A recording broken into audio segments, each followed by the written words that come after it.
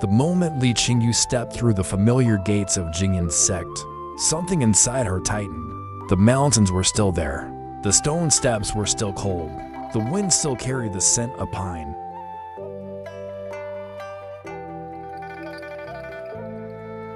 Everything looked the same, and yet nothing felt the same. Only one man stood guard, Jiang Xuan, one person, in a place that once overflowed with life, laughter, noise. The emptiness pressed quietly around her, as if the past had been washed away by time, leaving only shadows for her to touch.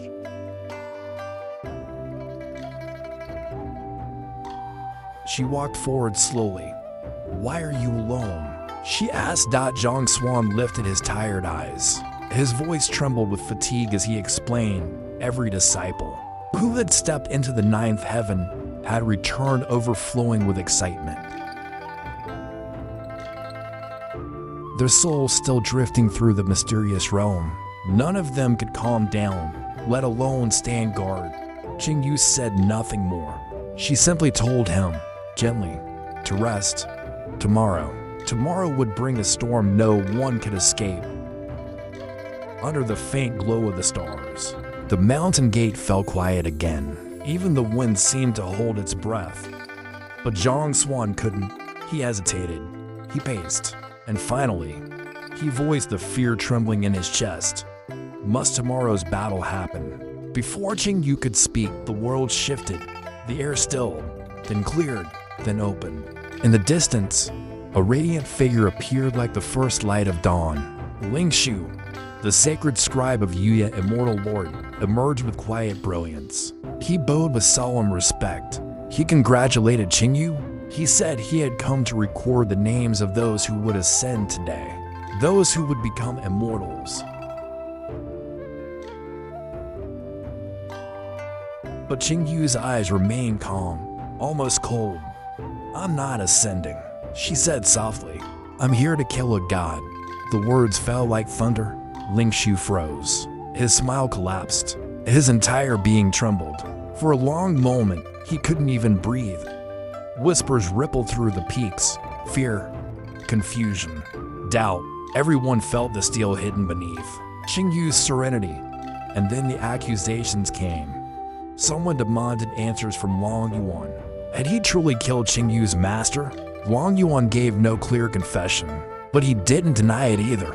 Instead, he sneered, confident, sharp, ready for blood, and declared he would fight her to the end. The crowd stirred violently. Some disciples, driven by old loyalties and hot blood, chose to stand behind him, to follow him into whatever fate awaited. Meanwhile, Fan Zhaojiao issued an order, "Take Fan Linger away." Qingyue knew she couldn't protect Linger inside Jingyan sect. Handing her over wasn't a betrayal. It was a desperate attempt to keep her alive. But Fan Zhaojiao was merciless. She ripped the immortal core from Fan Linger's body, left her only a fragile wisp of soul and 200 years of remaining cultivation. When Linger regained consciousness, she felt hollow, broken, and full of bitter hatred. Sometimes family is like a candle in the wind. One harsh blow, and the flame dies. Night deepened. Qingyue meditated in silence. Her heart was already sharpened to a blade. Still, Jiang Xuan returned again, pleading with her to stop, to wait, to reconsider.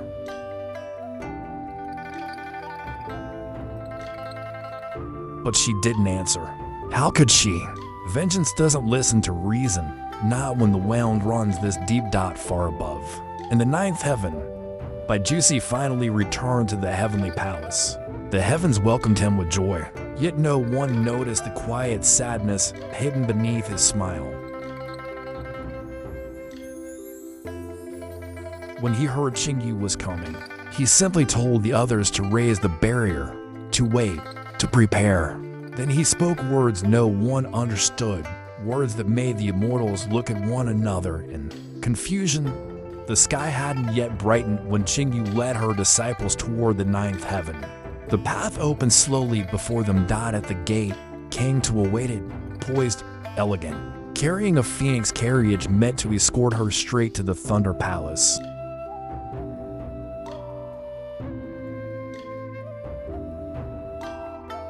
But the journey brought old memories.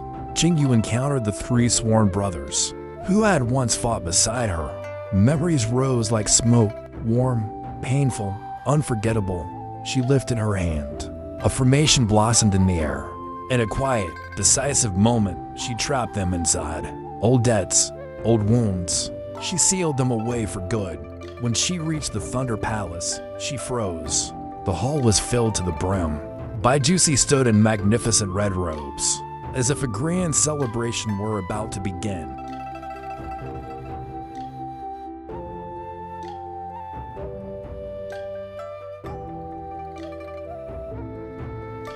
Then he said something no one expected. "I am here to host Li Qingyue's wedding." The hall erupted in shock. Qingyue looked at him, truly looked, but her heart didn't waver. Her path was already carved in blood. Her life's purpose was not marriage, not peace, not love, only revenge. Baijusi then forced Long Yuan to swear, publicly,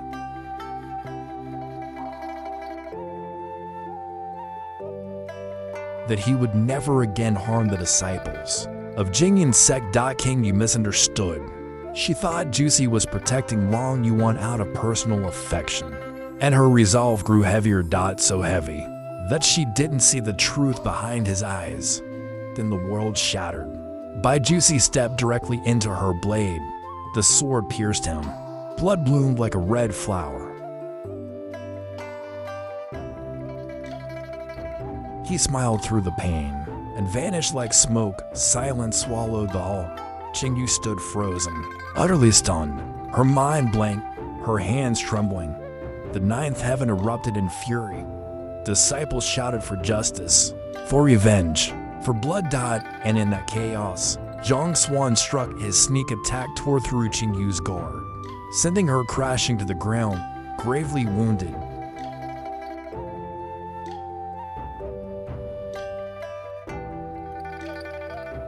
Jingyan's sect disciples cried out, their grief turning into desperation.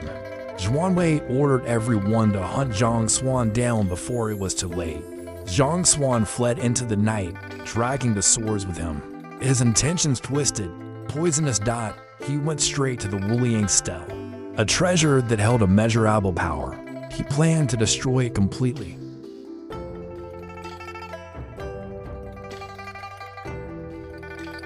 The disciples pursued him, breathless, furious. The tension near the stele was sharp enough to cut. Jiang Xuan raised his sword. Damn the world. Shifted again. To figures stepped into view. Bai Juicy.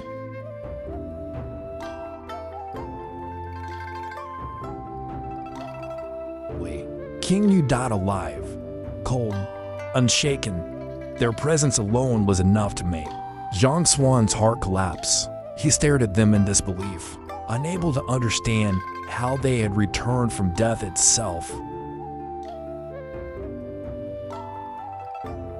The truth unraveled at last. On a quiet night long ago, over a single pot of wine, Baijusi and Qingyue had set aside all their misunderstandings. They spoke honestly, painfully. They shared everything they knew, including Jiang Xuan's secret dealings with Xiao Jingshan. And the plan formed naturally.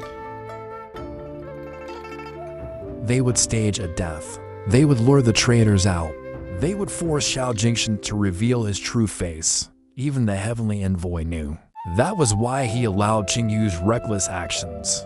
Because he understood the real enemy was hiding in the shadows, waiting, watching, growing bold.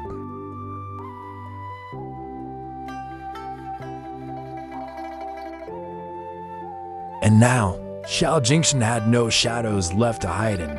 His mask shattered. His schemes fell apart. He was finally exposed. The mountains bore witness as truth and lies collided.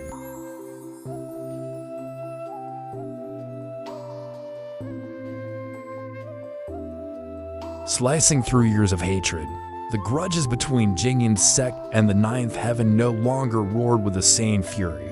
The storm began to calm. What remained were the vows carved in the hearts of those who survived.